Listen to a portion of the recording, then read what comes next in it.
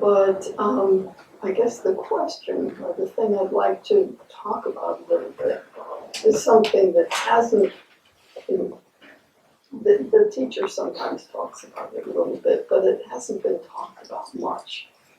And that is, it seems like I'm having somewhat of an unfolding. I'm not saying awakening, or I'm not saying anything like that, but it doesn't seem to happen in big flashes, you know.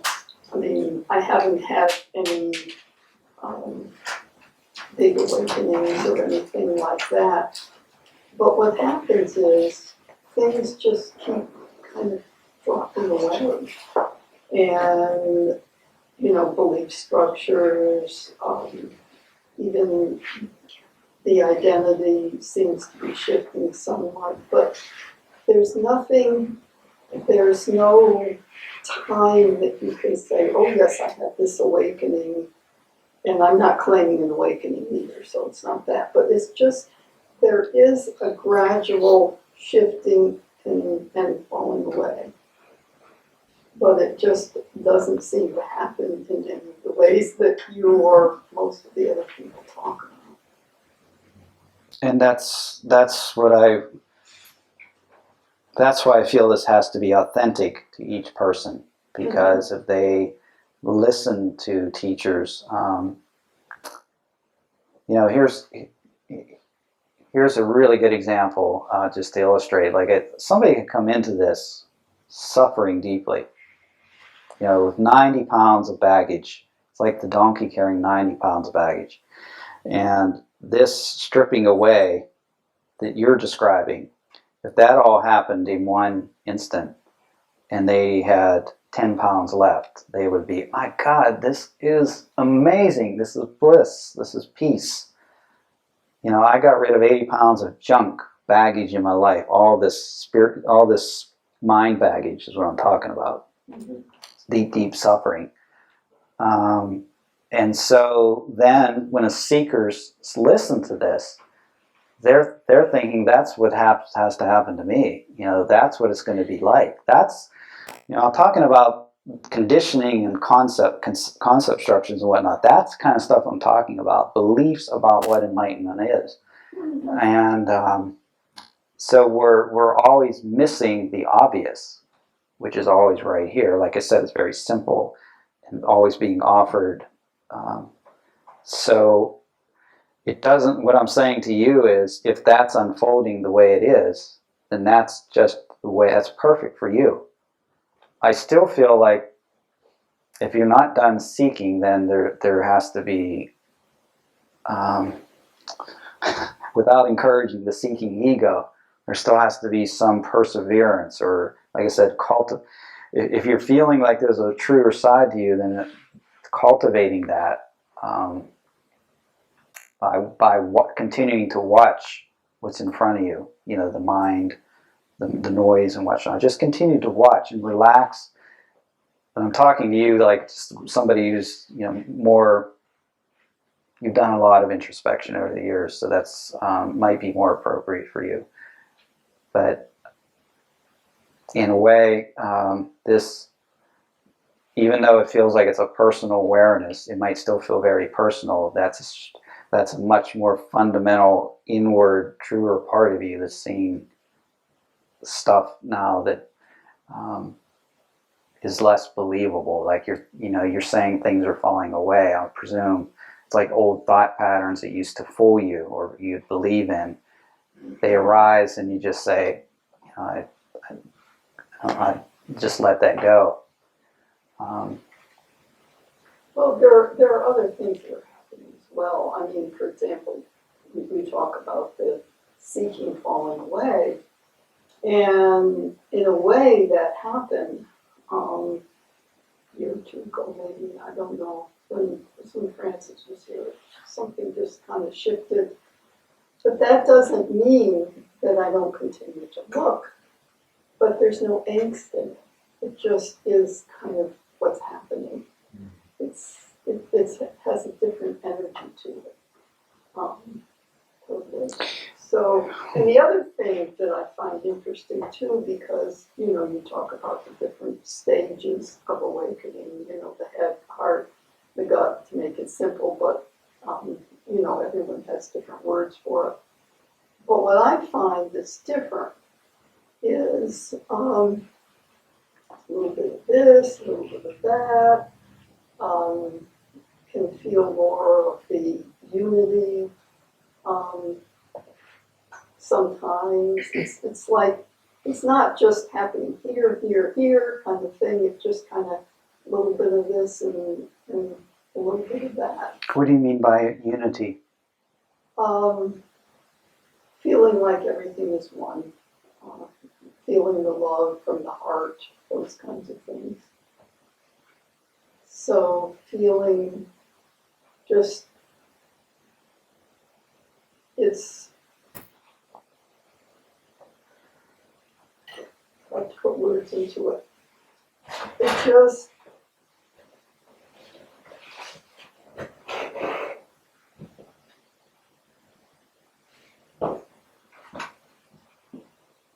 it's just, everything just seems to be kind of shifting gradually. That's, Yeah, I don't know I have no idea what's right for anybody.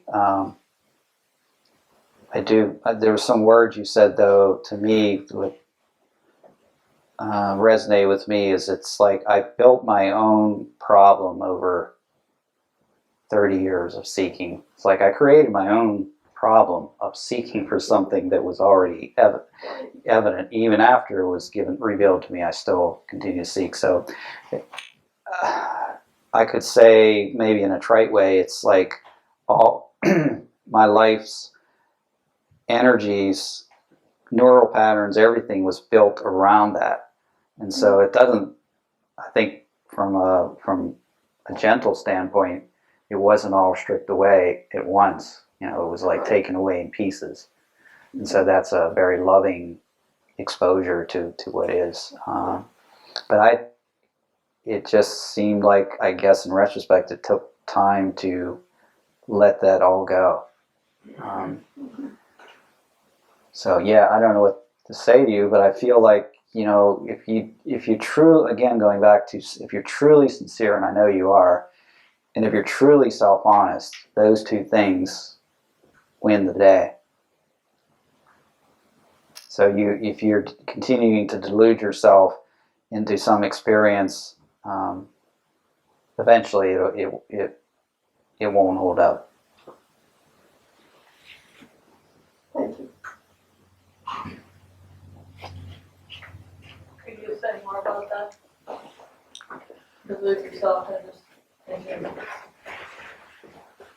Yeah, it can get a bit tricky. The mind has an amazing capacity to self-delude.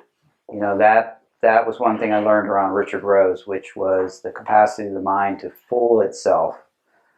And if you're not, here's a practical example. If you're not truly self-honest, you truly just let yourself get deluded by following a teacher who's telling you things that you want to hear, or it's the easy way out. Yeah, you could waste 15 years of your life following somebody that is leading you down the wrong direction. So that's where the self-honesty comes into play from a practical standpoint, and self-delusion. If you're honest, it'll undercut that self-delusion. Anything, the simplest way of saying it, anything from an experiential standpoint that comes and goes is not enlightenment. And it really is just, again, I hate to use that word, but it's just the simple recognition of what's been here. I like some of the analogies I've read or heard lately. One being, have you ever looked out a window on a sunny day? I think I read this in a book. And you're looking out over the horizon. It's beautiful scenery. There's woods out, or trees out in your yard. And you're looking at the yard and the birds. and suddenly you see your own reflection in the window. Because, the sun's coming in. It's been there the whole time. And these are just kind of weird ways of describing it, but it's been there the whole time. But you were just so captivated of what's on the other side that you didn't realize that, my God, there was my reflection. It's not the reflection, it was just trying to say it was there the whole time. Same thing, like you can be in a room with the ceiling fan, the steady humming, and you're so distracted by something, and all of a sudden you hear the fan humming, and it's like, that's been there the whole time. These are like weak attempts to describe the obvious, what's here. And actually, I just feel like undercutting this, I don't know, the mystical side is very captivating, and it's always captivated me, but it tends to promote overthinking or over-believing in something too grand. So I don't know if I answered your question about the self-delusion, but... I was also interested when you said that you like glimpses. You have glimpses that come and go, and so that is not reference to this state that we're talking about. If it's glimpses, that only means it's glimpses. It doesn't refer to waking up, whatever that means. Yeah, I would say the one exception would be if there is something you feel is fundamental in you, some awareness watching the show, the witness, the observer. You might get strong taste of that. That's the umbilical cord home. You might get strong taste of it, but it still feels personal until some point where it's all stripped away, and then you realize, oh my God, that's been here this whole time. Then it becomes permanent. Becomes permanent, and not even to say this whole idea like I'm abiding or non-abiding. And I could tell a whole joke about that, but it's just a simple flip back and forth that becomes so evident that it's always here, as opposed to a strong glimpse that's momentary. I don't know if that's making any sense, or I'm making it more complicated, but that's the best I think I can describe it.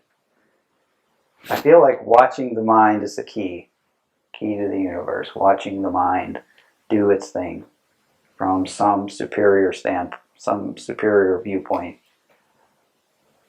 And that opens the door eventually.